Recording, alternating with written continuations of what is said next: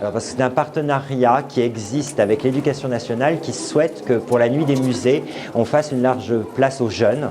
Alors c'est une façade qui a donc été retrouvée en démolissant la muraille qui entourait le centre de la ville. Et donc toutes les pierres qui proviennent de la muraille ont été retrouvées dans la partie sud. Sont utilisées par les gallo-romains dans les fondations. Et c'est, j'insiste aussi, la première fois qu'on reconstituait une façade d'un monument antique sans en avoir le modèle.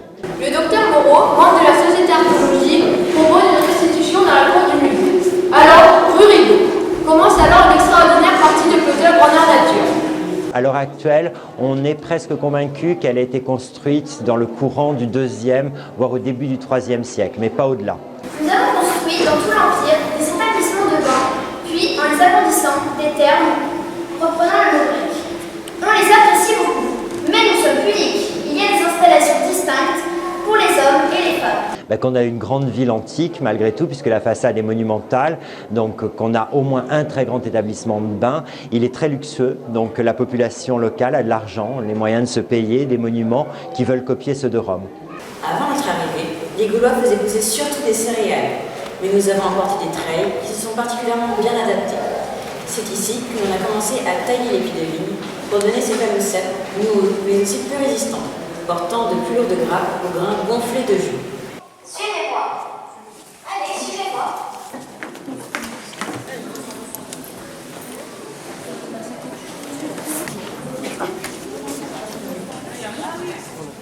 Le but, c'est de faire rentrer les élèves de tous les niveaux, de tous les horizons, de tout le Sénonais, pour venir y trouver un complément pour les programmes, ou comme on l'a vu ce soir, s'entraîner à la médiation, c'est-à-dire à devenir des guides d'un soir.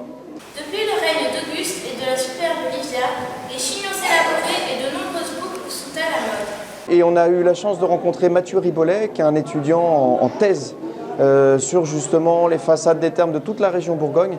On a essayé de faire quelque chose d'à la fois académique et de le dynamiter à la fin avec la petite visite en plus, ou la visite surprise. Un bain revêtu de dalles de pierre lisse est soutenu par des piliers qui ménagent un espace vide sous le sol. Cet espace n'est pas voûté à la manière d'un four, mais est un espace revêtu d'un sol suspendu, la suspension. On a décidé avec Monsieur Charles également de faire un spectacle et d'accueillir justement du public. Donc on a trouvé que c'était finalement une belle expérience pour des élèves de 5e.